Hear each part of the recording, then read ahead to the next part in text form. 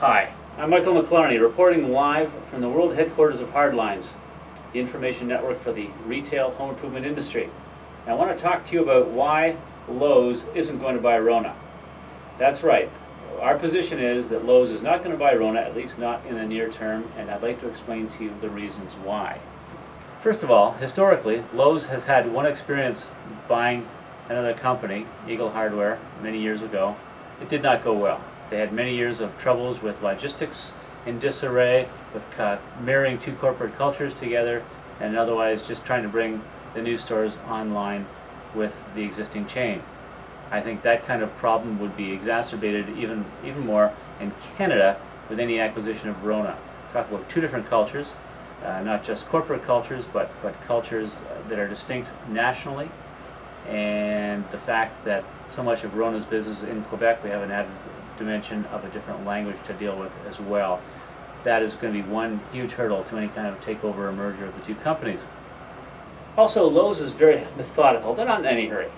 People seem to think that they've got to come in here pell-mell and put up stores as fast as they can, and where are they going to find the site? So the fact is, they're not in a hurry. This is their very first effort at international expansion, and they've moved to Canada, which we consider really just to be a half a country away. And nevertheless, they're encountering all kinds of challenges as they try and get used to working in a foreign country, working across the border, dealing with a different culture.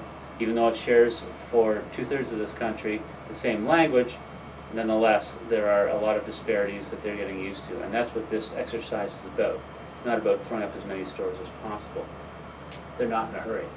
And yes, there are sites out there. There are always sites being put back on the market and new sites being developed. For example, we anticipate that the closure of Sam's stores by Walmart in Canada is imminent, and those sites will be prime locations for a company like Lowe's to take over. Home Depot already has stores near most of those locations, so is not likely to be taking those. We see it as a good one for Lowe's.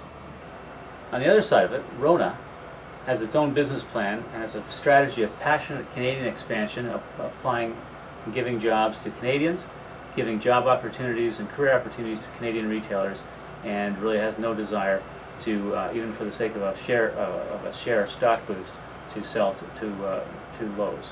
And don't keep in mind that there's only a minority of their stores, probably 100 tops, that would be of the 700 plus stores that Rona has, that would be of actual interest to Lowe's itself. And that puts Lowe's in the position of having to deal with or dispense with the remaining stores, some of them which are actually dealer-owned, and dealing with that dealer-owned concept would be a real headache for Lowe's as well. And finally, I think the biggest reason why Lowe's is not going to want to buy Rona is the same one that Annette Verschuren, the president of Home Depot, explained to me was the reason why Home Depot Canada did not buy the Renault Depot chain when it had its chance many years ago. That one word is union.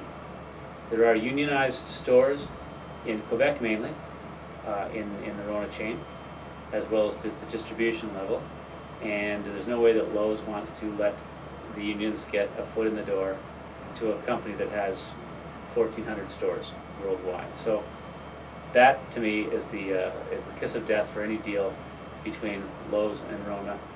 And if a deal were to happen down the road, those are all the obstacles that would have to be surmounted.